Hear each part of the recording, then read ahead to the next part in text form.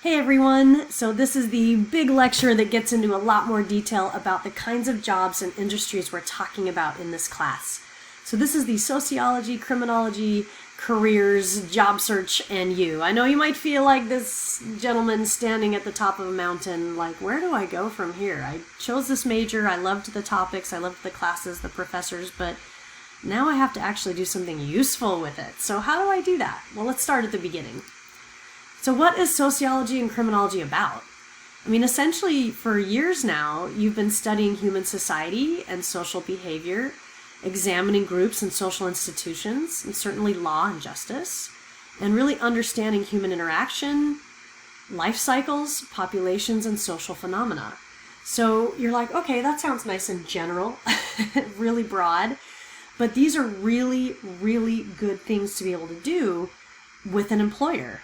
When you're trying to understand client-customer behavior, for sure, you are naturally equipped in this major to really look at things from that perspective. So that's pretty cool.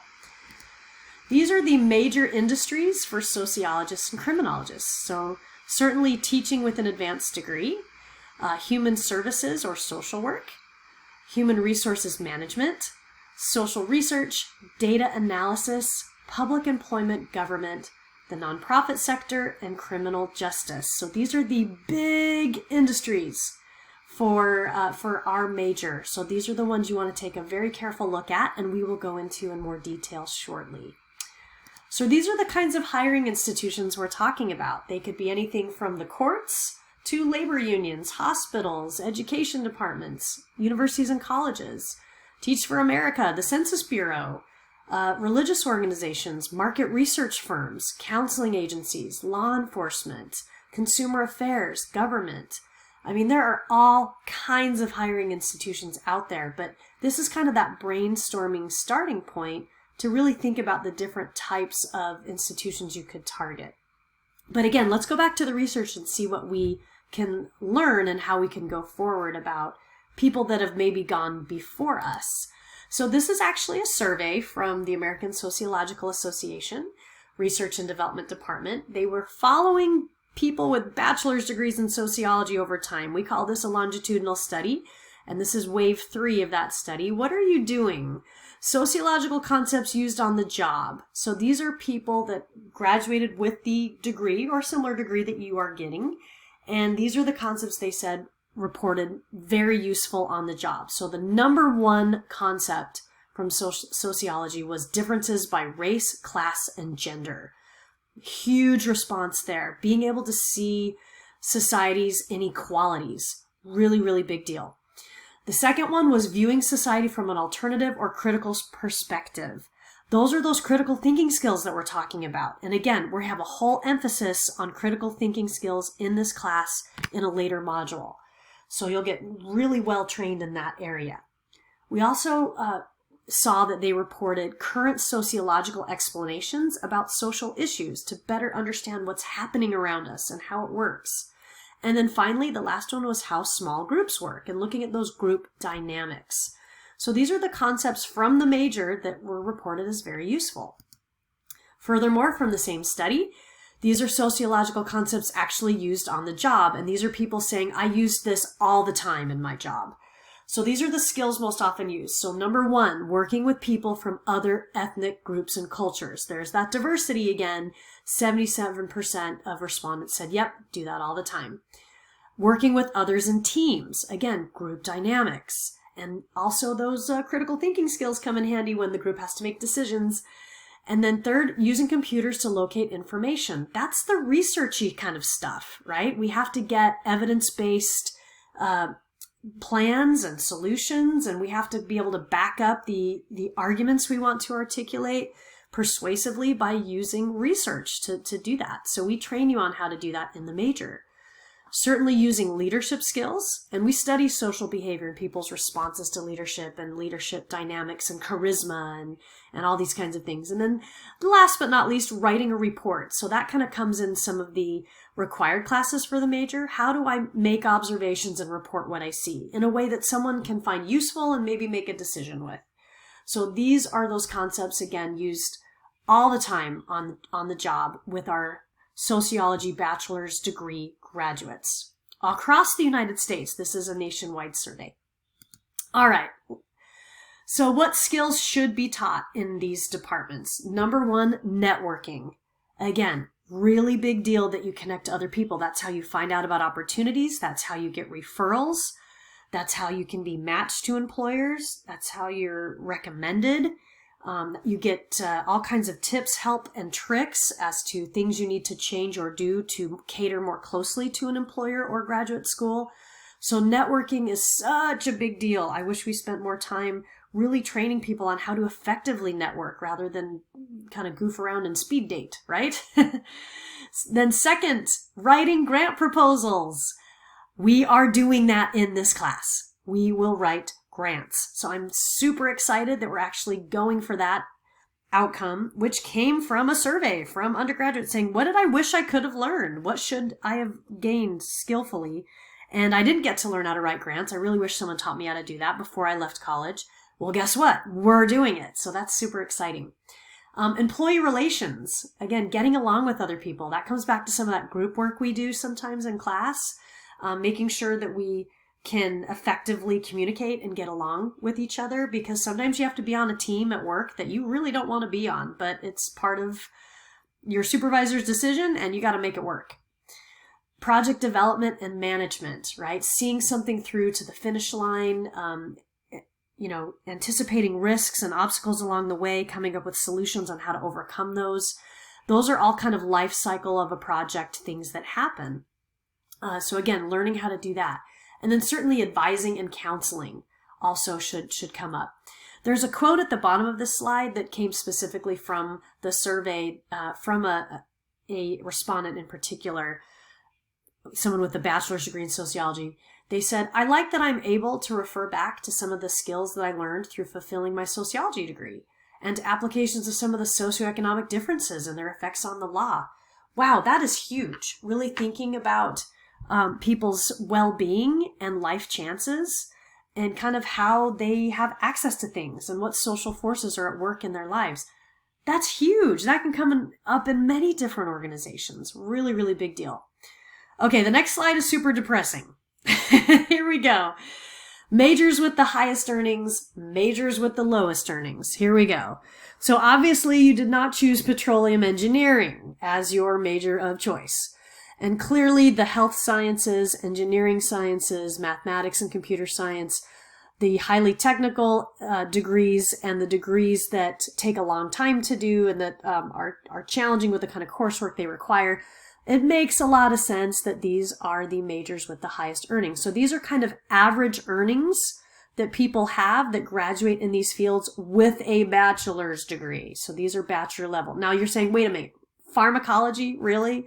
Certainly you have to get more graduate training, licensure, and medical school or what have you, apprenticeships and stuff.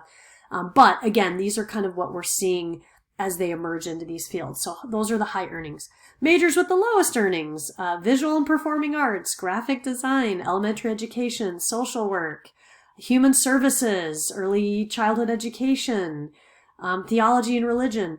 So again, these are kind of some of those social sciences and humanities that get caught up in here. Not particularly high earning, but again, when you target the right employer and you learn how to market your skills and you add some additional training and graduate study, these salaries can explode. I know people that have a sociology bachelor's degree that make amazing money. You know, they were able to really capitalize on their skills and attract the right company and advance. So it is still a gateway to a really great income. But let's just be honest and set your expectations properly by saying, yeah, some of these other majors, they're not amazing money. Clearly, you know some of this already, and it wasn't necessarily a factor in you deciding to do the major. But we have to be realistic and say, okay, I need a living income. I want to do what I love. How much does income matter to me? Or can I pair this with another skill or within an employer that I can maximize my earnings? So I always try to be as honest as I possibly can and say, let's really look at the salary data. What's going on here? Okay, so let's start getting into those fields that we talked about, right? The major industries for sociology and criminology. So we're going to look at each of these one by one, teaching, human services, human resources, research and data analysis, government, nonprofit, and criminal justice. So we'll go through each of these one by one so we can kind of see where we're at. So first, teaching with an advanced degree. Mostly these are university and college professors. The median salary is $62,000 a year, a pretty decent job outlook as far as the growth that is anticipated within the next 10 years. So when you look at job growth, anything below 10 is considered kind of sluggish growth. Between 10 and 20 is modest or, reasonable growth. And anything above 20 is accelerated growth, meaning this is an industry that's hot. So that's how you want to interpret the job outlook or job growth, because we're going to show these on a lot of these industries. So what do you do when you teach in an advanced degree as a college or a university professor? I can have a whole Zoom meeting with you if this is something you're seriously considering and you want to know the ins and outs of it. But essentially we teach, advise, assess, research, publish, mentor. We write letters, we're on committees, we do projects, we do all kinds of stuff, right? 70% of professors worked for colleges, universities, and professional schools, while 22% worked for junior colleges. So that's kind of how college professors are distributed across employers. Professors annually hold about 1.8 million jobs. Okay, so there are a lot of us out there. You must find a balance between teaching students and doing research and publishing findings. Most college professors must have a PhD. However, a master's degree may suffice or be enough for some in community colleges. But even the community college scene is getting more and more competitive for PhDs. So that is something to consider if you're seriously thinking about going on to become a professor, like me. So these are the kinds of job titles that you're looking at. So we have assistant, associate, and full professor. Those are ranks that you gain as you become more experienced, as you become more advanced and move forward in your career. Your scholarship is higher, your teaching and service is higher. So you start out as an assistant professor, and then you can be promoted into an associate professor and eventually a full professor. I've already been an associate professor in my career.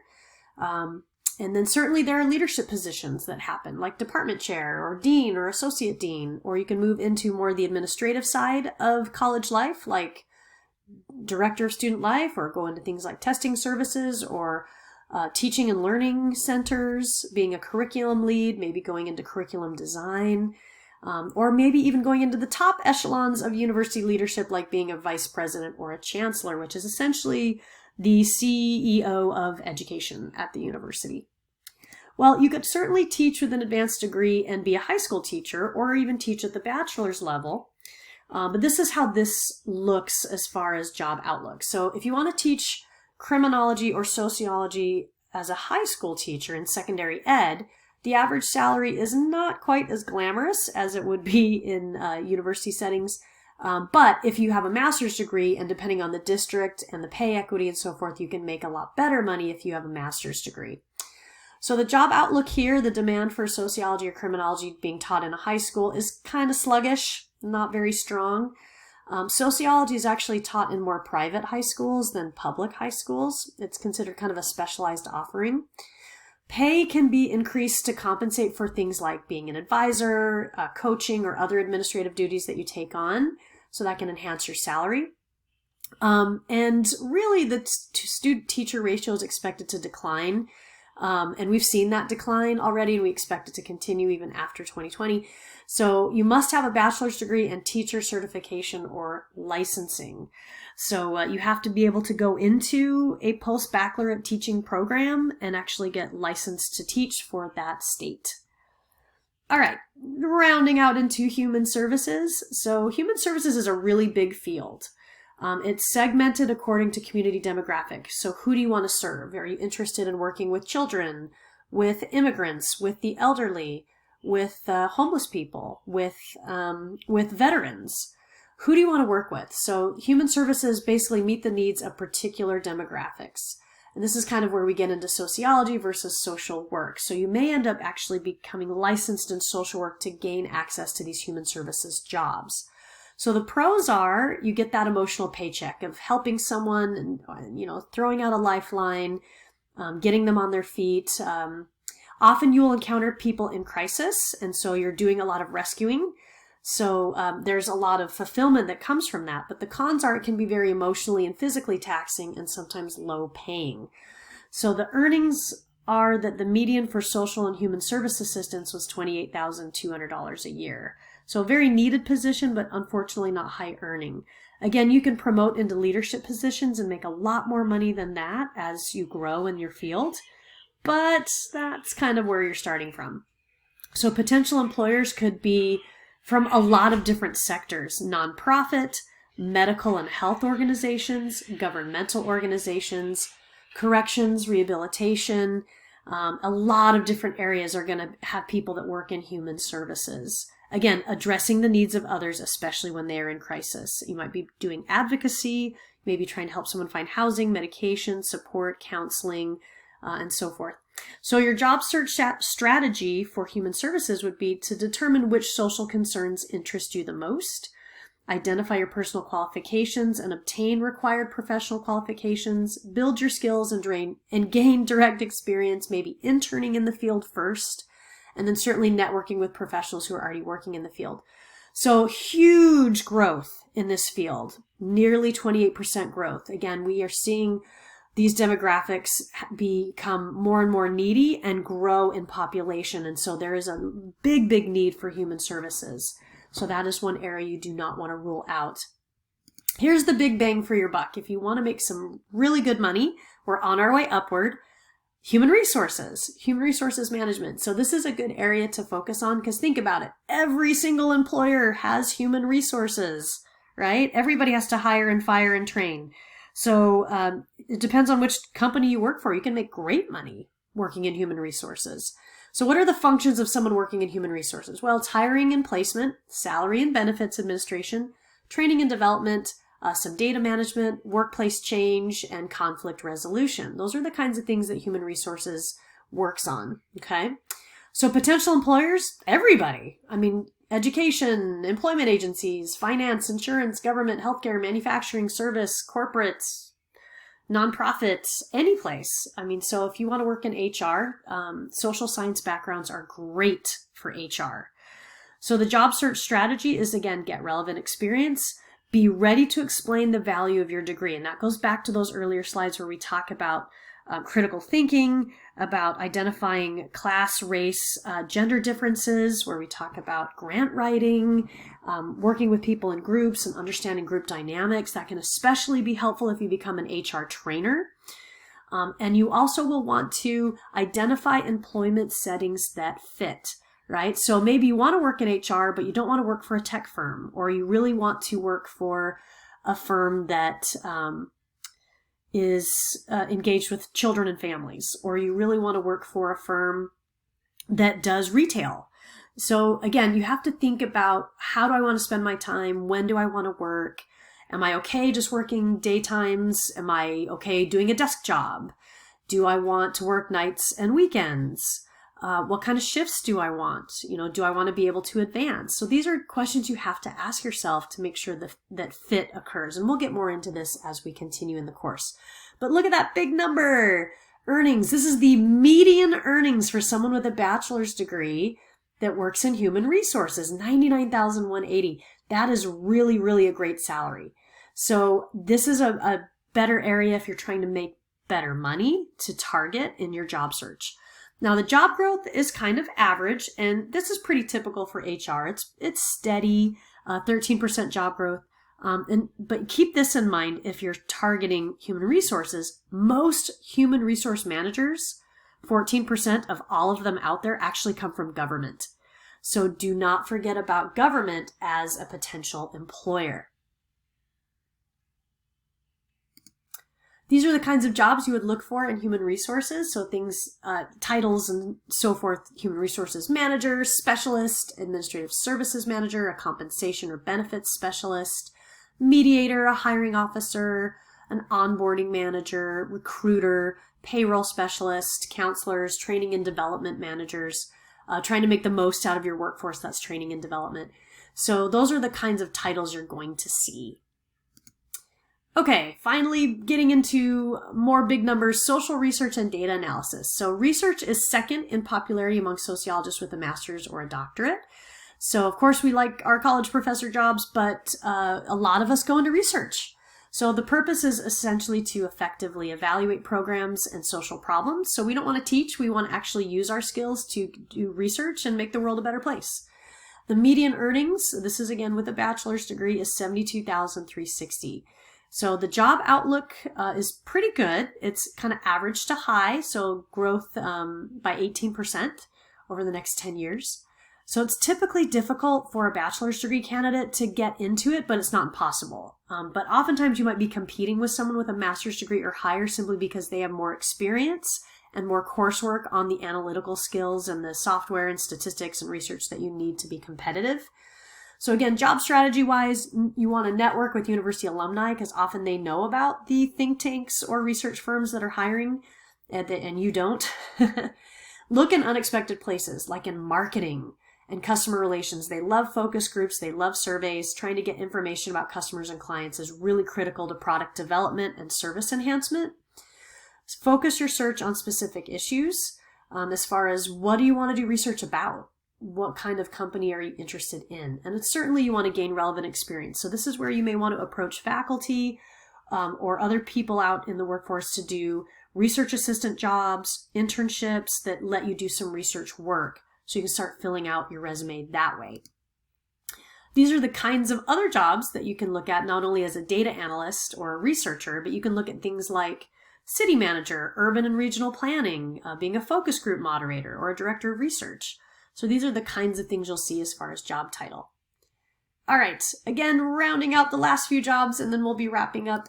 Data analyst. So this is where the really big money goes. So in reality, everyone is a data analyst. We all consume information, and we all try to take that information and really run with it and use it to make decisions and inform our lives and our meanings. But when we do it professionally, these jobs use SPSS or Stata or other statistical packages to analyze all sorts of data from surveys or databases of existing customers, clients, patients, patrons of an organization, criminals, inmates, you name it. So the median salary for entry-level analysts is $53,000 for a bachelor's degree, and it's usually required to even start doing data analytics. But here's the kicker. Some experienced analysts can make well over $250,000 a year, which is awesome. So I remember when I was in graduate study, we were all applying for jobs and we were all talking about different institutions, salaries, and positions.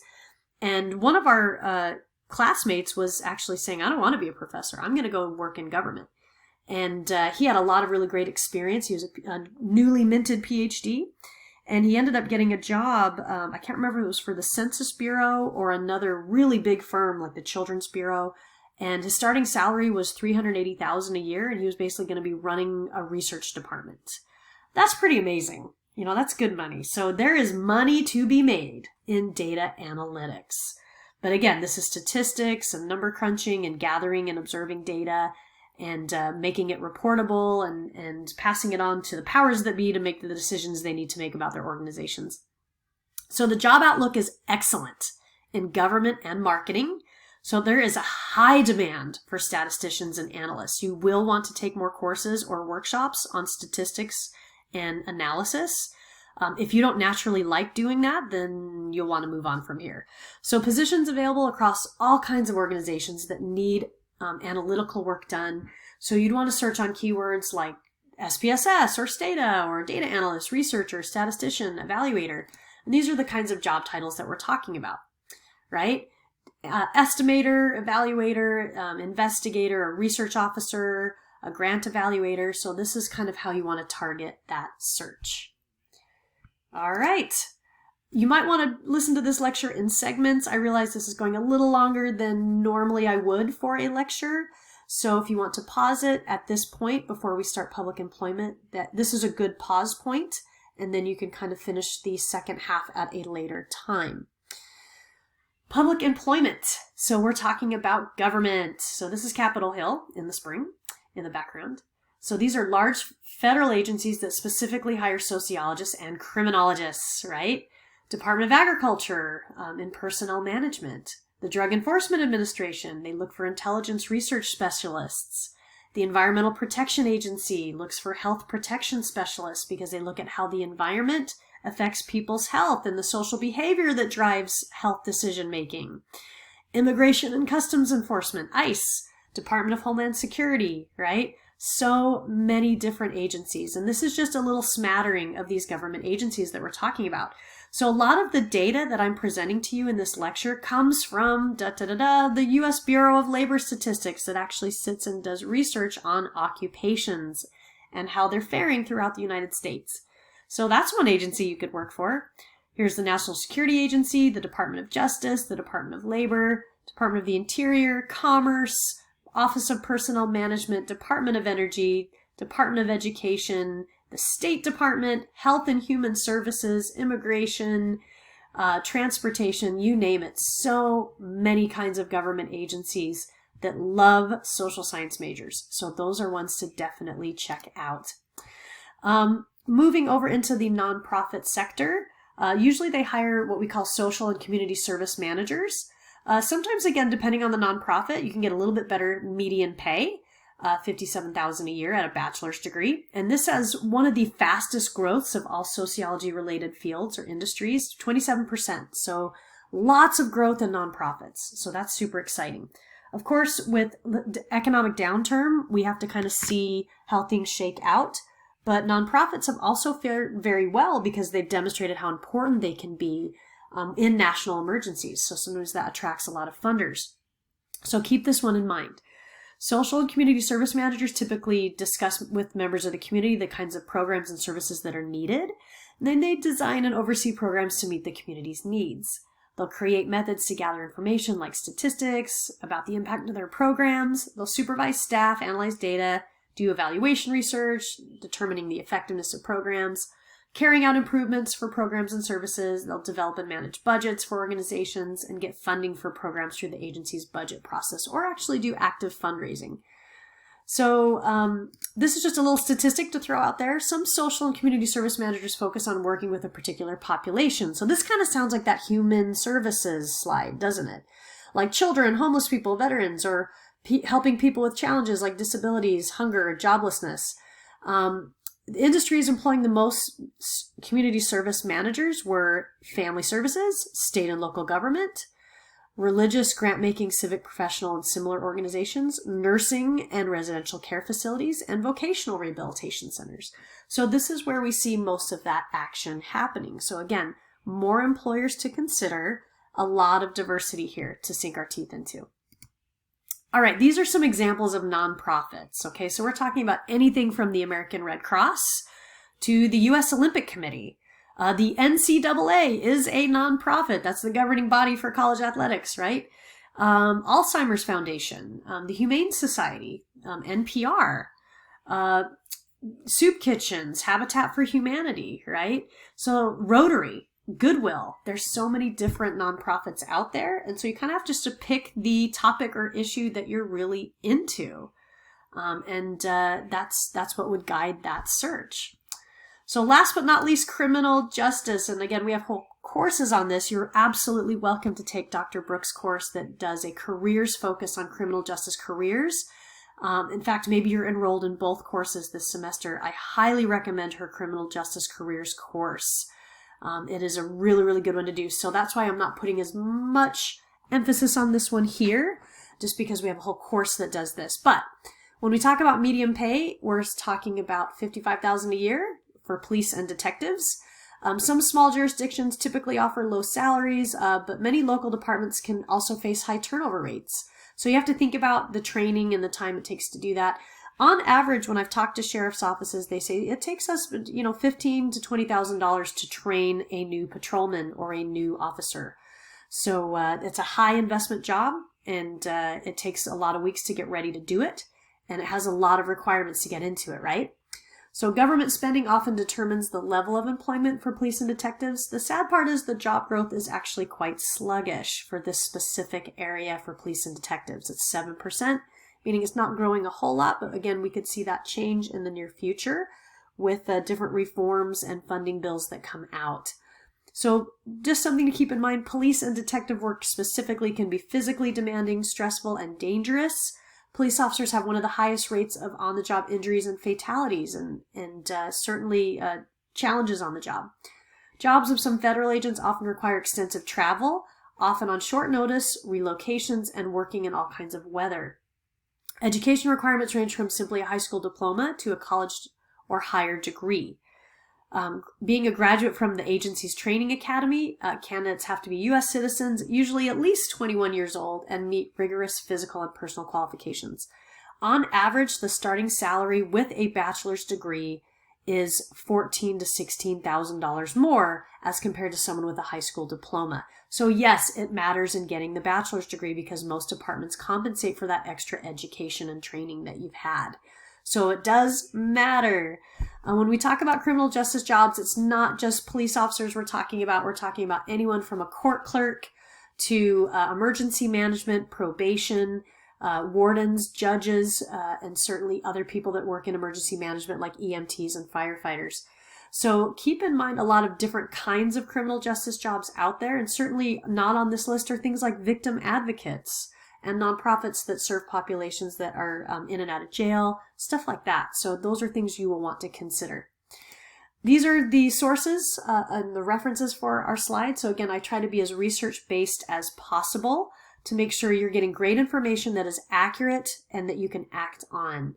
So again, lots to consider, a great big lecture from Jensen on this one, but we had to go through all the major industries, and hopefully this is useful to you as you start narrowing in on some of the areas that you want to target. So I will leave you with that, and we will see you next time.